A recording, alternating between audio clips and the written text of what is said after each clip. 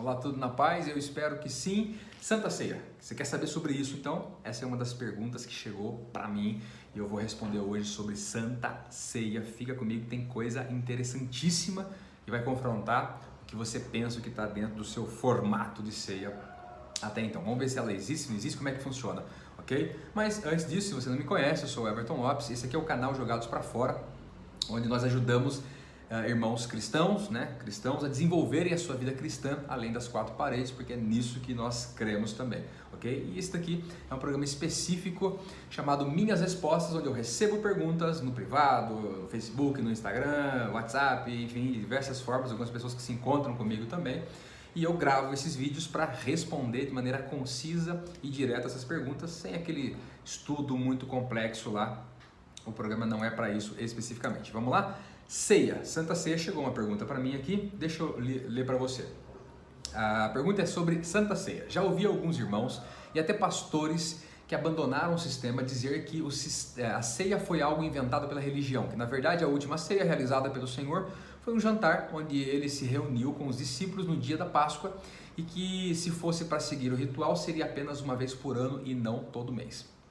Texto base para nós entendermos um pouco melhor sobre a ceia. Primeira carta de Paulo aos Coríntios, no capítulo 11, versículo 17 em diante, ok? Paulo começa dizendo o seguinte, ó, eu não louvo vocês porque vocês se ajuntam, ok? Porque vocês não se ajuntam para melhor, mas para pior.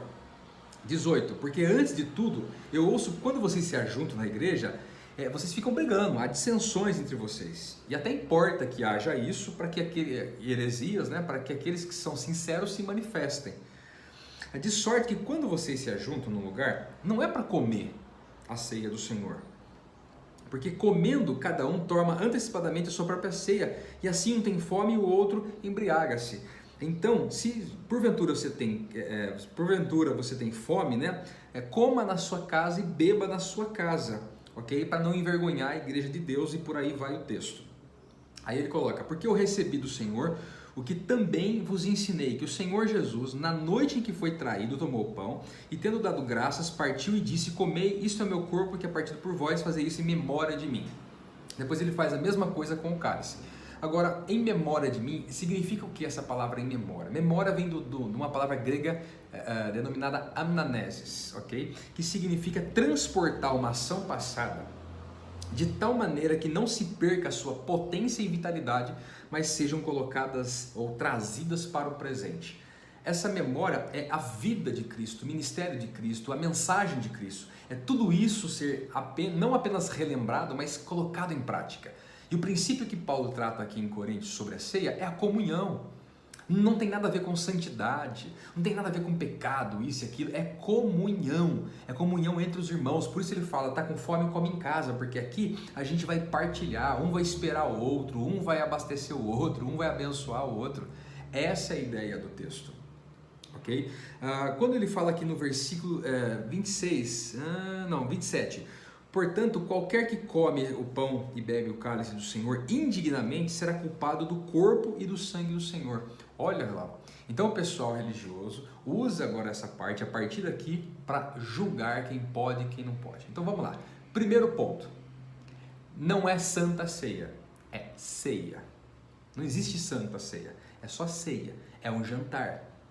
Bem disse na pergunta aqui que eu recebi. É um jantar, não é? É um jantar, foi feito um jantar. Jesus falou, prepara lá um jantar e a gente vai comer junto. Depois Paulo reproduz isso, os irmãos começam a reproduzir isso aí. Por isso que era em Atos, você vai ver que eles partiam o pão de casa em casa. Não partiam no templo, porque era um jantar, é intimidade, é relacionamento. Essa é a ideia. Agora, a partir do versículo 27, fala sobre comer e beber indignamente. Mas olha o 28. Examine-se, pois, o homem a si mesmo, e assim coma desse pão e beba desse cálice.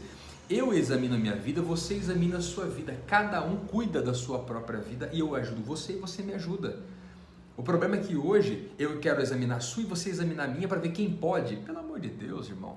Jesus serve a ceia para Judas. Se você está querendo impedir as pessoas de ceiar, cuida da sua vida. Você está em pecado? Então se converta.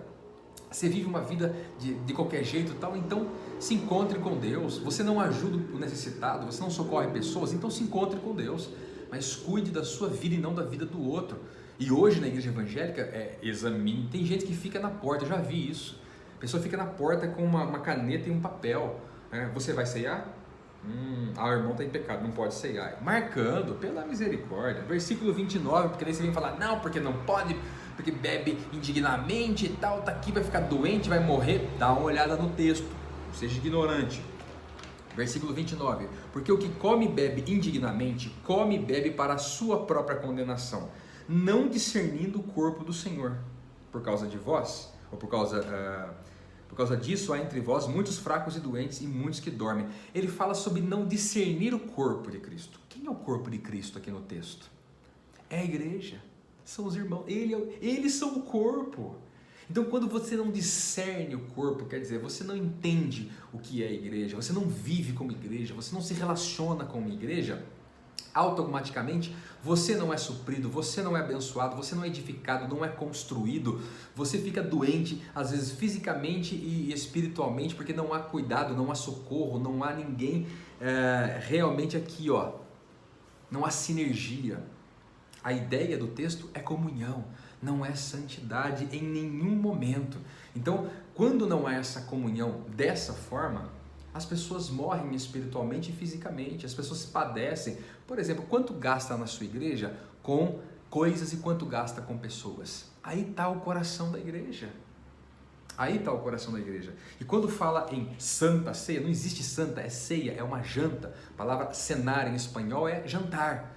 Ceia sempre foi, ceia de Natal, é ceia, é janta, ok? Sempre foi isso aí, usa-se o pão e o cálice porque é o alimento básico naquela região. Até hoje o pão, que é o pão árabe, o pão sírio, talvez você conheça, é o alimento básico de manhã, tarde e à noite. Eu trabalho no Oriente Médio há muitos anos e gosto muito de tomar os cafés da manhã lá com pão, legumes, isso e aquilo.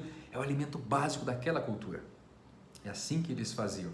Então, se eu estou numa tribo indígena, vai banana, vai o que tiver, ok? O importante é a comunhão em memória de Cristo, daquela forma, trazendo toda aquela essência para o presente agora, porque não adianta ficar lembrando, pensamento positivo, Jesus, chorar porque ele foi na cruz e tal, essa parada aí não adianta, tá bom? Não é, a ceia não tem nada a ver com isso, mas deixa eu só finalizar da seguinte forma, tem muitos que utilizam a ceia como um lugar de tribunal,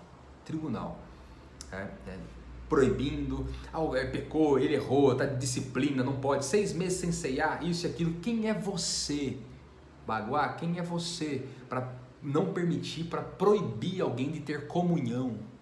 Jesus serve a ceia para Judas depois de ser traído, serve a ceia para Pedro mesmo sabendo que ele o trairia. Jesus serve a ceia, você é maior do que Jesus, você está brincando comigo, você está zoando com a minha cara. Tem muitos cristos, muitos deuses, muitos chefes, donos, muitos juízes, que nem um pastor que uma vez disse para mim, sabe por que eu uso terno e gravata na ceia do Senhor, da Santa Ceia? Eu falei, por quê? Eu estava de camisa 3/4. Porque quando você vai diante do juiz, dos homens, você coloca a sua melhor roupa, o terno e gravata, porque senão nem entrar você pode lá. E se diante do juiz dos homens, eu faço isso, ainda mais o juiz dos juízes, o Deus dos deuses e papapá. Eu falei, cara, aí tá a nossa diferença. Você vai para um tribunal, eu vou para a casa do papai. Na casa do papai, eu uso bermuda e fecho a geladeira com a minha bunda.